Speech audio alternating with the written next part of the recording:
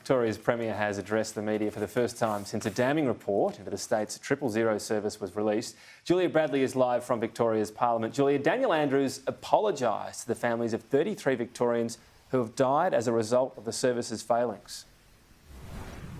And Tom, this is the first public apology that Victoria's Premier Daniel Andrews has issued since this damning report was released on Saturday into the failings of Victoria's 000 service known as ESTA. Daniel Andrews this morning addressing the media, offering his sincerest condolences to the families of the 33 Victorians who died as a result of delays by ESTA.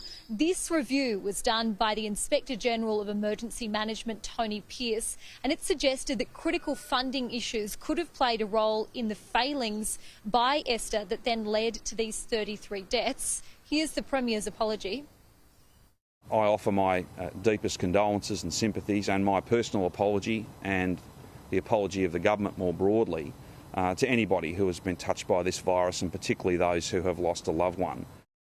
The Premier says that his government is committed to improving ESTA. He says that hundreds more staff are going to be brought on and that millions of dollars will be spent in improving the service so that all call times, response call times, can be met against a benchmark. He suggests that for the month of August, 92.8% of calls were answered in 5 seconds, in a sign, he says, that things are improving. But a lot of the questions that were levelled at the Premier this morning in this press conference were around why it took him 4 days to come out and to answer questions, to apologise to these families and answer questions around how ESTA can be improved, noting, of course, that this report came out, the government's response to this review that was done on Saturday, right ahead of a major finals footy game. Melbourne, of course, hasn't had footy finals for the past 3 years because of COVID, so understandably a lot of people's attention wouldn't have been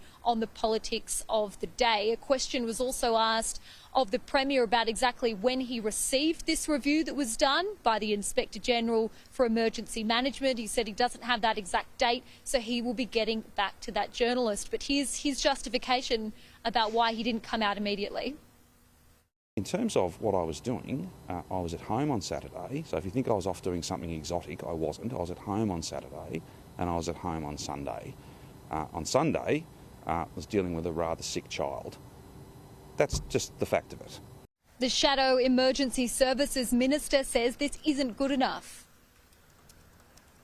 Daniel Andrews intentionally avoided media this weekend. He intentionally had a report come out about 33 deaths in our state on the day of the biggest final in Melbourne in 3 years. This man is just trying to worry about a PR spin rather than the lives of the people that have been lost along the way. Daniel Andrews needs to come out and not just apologise, but it is my view he needs to go.